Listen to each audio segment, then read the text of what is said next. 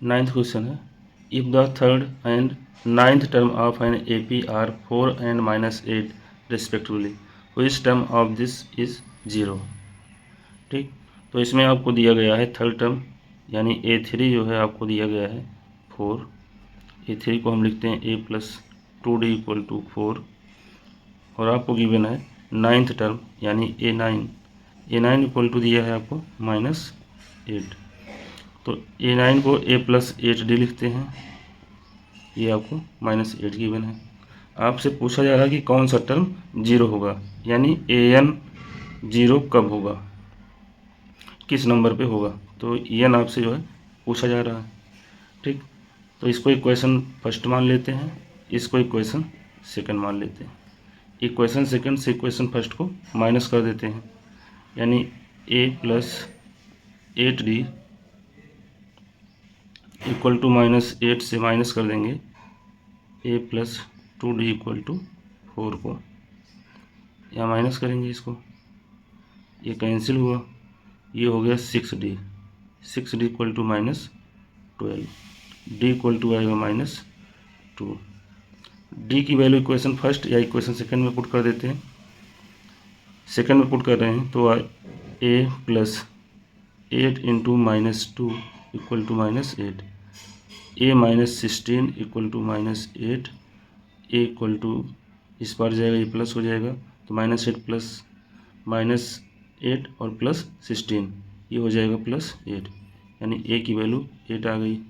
हमें फाइंड करना है N, तो AN equal to A+n-1 × D से हम निकाल लेंगे। AN हमें 0 लाना है, A 8 है प्लस n-1 × D जो है -2 है। 8 इस पर आएगा तो -8 हो जाएगा। ठीक, n-1 × -2 इस पर आके डिवाइड होगा तो ये हो जाएगा 4, n-1 -1 इस पर आके प्लस होगा।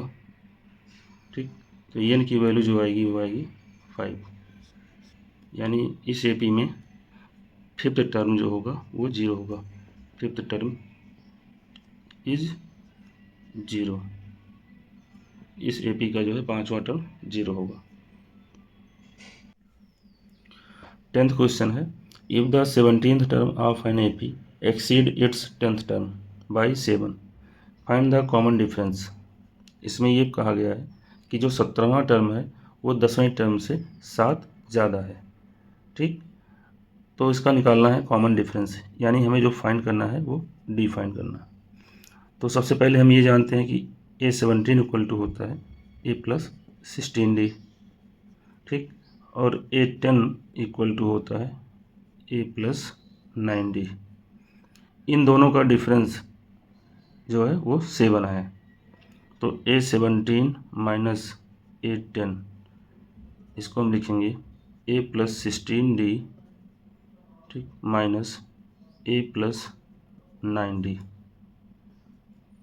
A+16D minus A-9D। इन दोनों का डिफरेंस 7 है, माइनस A और ये cancel, 16D minus 9D, 7 equal to 7D, D equal to क्या आएगा 7/7, यानी D की वैल्यू हमारी 1 आएगी। इसका जो कॉमन डिफरेंस होगा वो 1 होगा।